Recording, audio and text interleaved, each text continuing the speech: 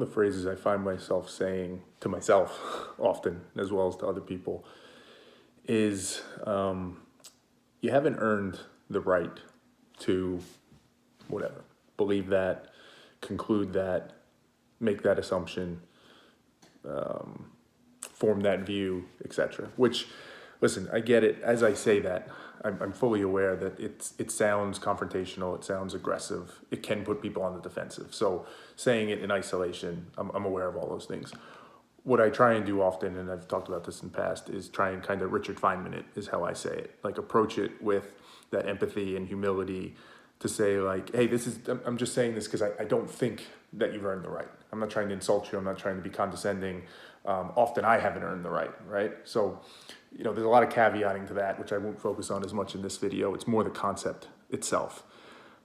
That we haven't earned the right to form that belief. And it's a simple phrase, but I think it's so powerful and so meaningful because, for good reason, myself as well as many of us, we seek efficiency.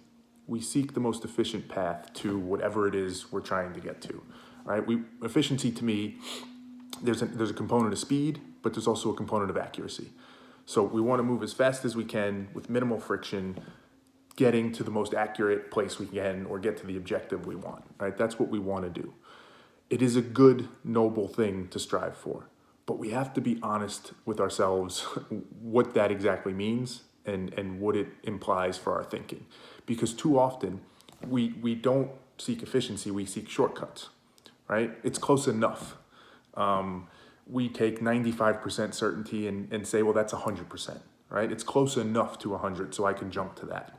And we'll make extreme statements like that.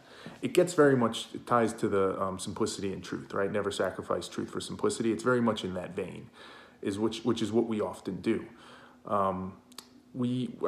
Came up the other day at work. We were in a meeting and people were talking about this new process we need to go through to identify a new product that we might sell, right? And well, here's the process. I think we should take this process and we should do this, and then we'll get to the right product that we should sell. And I found myself asking the question of, well, we're making some assumptions here, I think, right? We're making some proclamations or conclusions that this process will get us to the answer we want. And that might be true, but have we earned the right to say that?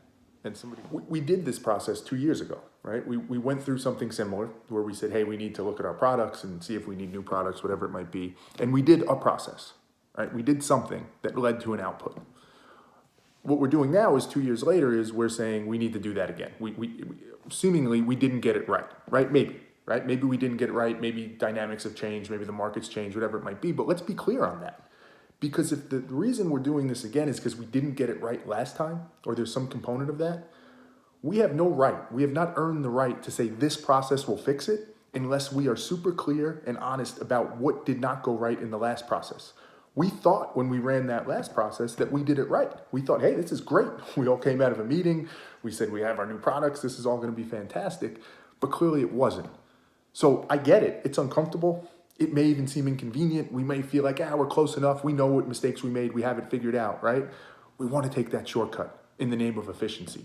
But we have not earned the right to do that. We have not earned the right to say, yes, this is the right process. We should spend our time doing this because we haven't done the work. We haven't traced back to find out what went wrong last time. And to me, that's the perfect example, and you'll see it everywhere.